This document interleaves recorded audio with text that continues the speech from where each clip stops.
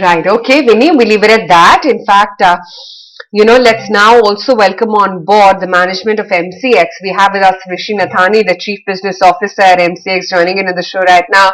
Rishi, hi, good morning. Good to have you on the show. You've launched mini contracts in zinc, aluminum, lead, and natural gas. Tell me, what kind of increase are you seeing in the daily average turnover or likely to see because of this? Good morning. We've launched mini contracts, aluminum, lead, and zinc, as well as crude. Natural gas, we are going to launch tomorrow. And as far as volumes are concerned, it's early days yet, but we are seeing very healthy participation across the board, especially in the base metal contracts because they were launched earlier. And now with the crude and natural gas contracts coming in, we hope to see very good participation going forward. In terms of percentages, every contract has different percentage of participation in the minis as compared to the large ones. Why is it in India the market in a sense is only centered around 3-4 large commodities? It is gold, silver, crude. It's not expanded beyond that. I mean, commodity exchanges are now almost 20 years old, but the still four favorites are the one which account for what 80% market share. Well, the reason for the lack of widespread participation is that one, we try to introduce as many contracts as possible, and so do other exchanges. However, the market or the how do you say the value chain or the industry needs to come out and hedge more on the domestic exchanges. That is one reason why industrial hedging is not so prevalent in India. In gold and silver, RBI made a mandate that domestic hedging is the only way out, and that's why in gold and silver the volumes went up. So, if there is a regulatory mandate for corporates, especially listed corporates, to mandatorily hedge a certain portion of their exposure on Indian commodity markets, I'm sure that the overall participation in these markets will go up dramatically. But tell me, so far, what kind of reception have these mini contracts received? A very good reception. Aluminum, we are doing an average daily turnover around 35 crores single sided. In lead, around 5 crores. In zinc mini, around 105 crores. And crude oil mini, again, 105 crores. Okay. What is the international market for some of these commodities? I mean, I'm not comparing with LME, but I'm just trying to understand that what is the scope of opportunity for these mini contracts?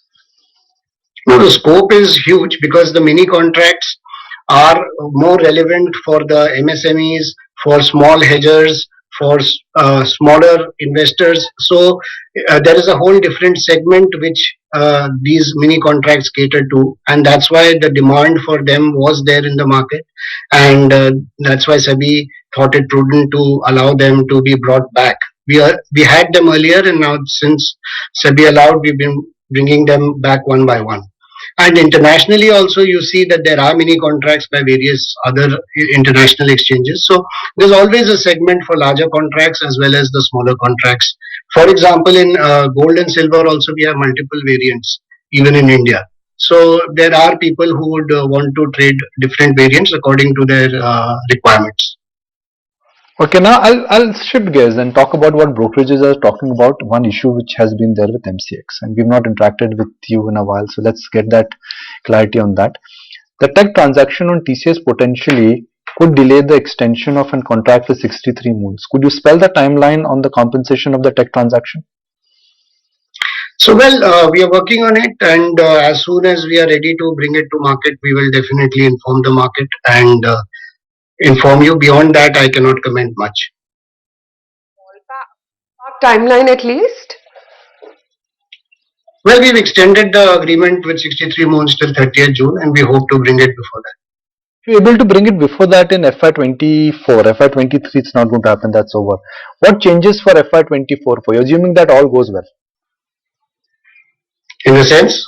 The savings and the new migration in terms of the cost migration, what changes automatically for your shareholders? Well, I'm not in a position to comment on what changes in terms of finances. What I can say is when the new technology platform comes in, we'll be able to offer more products and a more robust platform for our members and stakeholders to trade in. The other aspect which I guess we can understand is that FPI and the derivative presence what they have. When the changes were made, it was very exciting, and it appeared like this big business boost which will happen to the exchanges. But we've not seen this incremental big change in policy translate into any big incremental business or brokerages. Is that what I understand? Is it true? Well, with FPI, we just recently issued the circular end of last week. So it's early days yet. You will see FPIs being onboarded and participating very soon. So let's see. I mean, it'll be imprudent to comment till you actually see them onboarded and start trading. The other thing I also wanted to understand, if the liquidity and the market depth you think, has improved because of FPIs coming into commodity derivatives. As I said, Aisha, that FPI circular has just been issued by end of last week, and they're still to start trading on the exchange platform. So since we've issued the circular end of last week, now FPIs should hopefully start onboarding, and going forward, we should see their trading start. Then only we'll be able to comment on the volume and liquidity that they bring into the markets. I get that. Also wanted to understand whether there are any other sectoral developments you think which can impact both the business per se and the volume outlook for the industry. Could you be more specific, please? No, I just wanted to understand whether there are any other triggers in terms of anything that you think could impact the business positive or in a negative way going forward. See, positive impacts will always come from more robust products and more participants coming into this market, because more products will allow more and more people to join the market, and more products and participants will increase overall liquidity and depth. Having said that, I believe that the commodity markets have only one way to grow, which is upwards, and that they are coming of age. While we are 18 years old or 19 years old in India, but still we have a long way to go. Equity markets are very old because of historical reasons. Commodity markets, the electronic trading or the regulated commodity platforms were not there till about 19 years back before that. So it will take time for any market to mature, and as you're seeing, our overall liquidity, participation, volumes, everything has gone up in the recent years.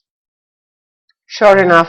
Great to then have you on the show. Thank you so much for taking the time out today, Rishi, and giving us a bit of an insight into where the commodity markets may be headed in the near future. Thank you.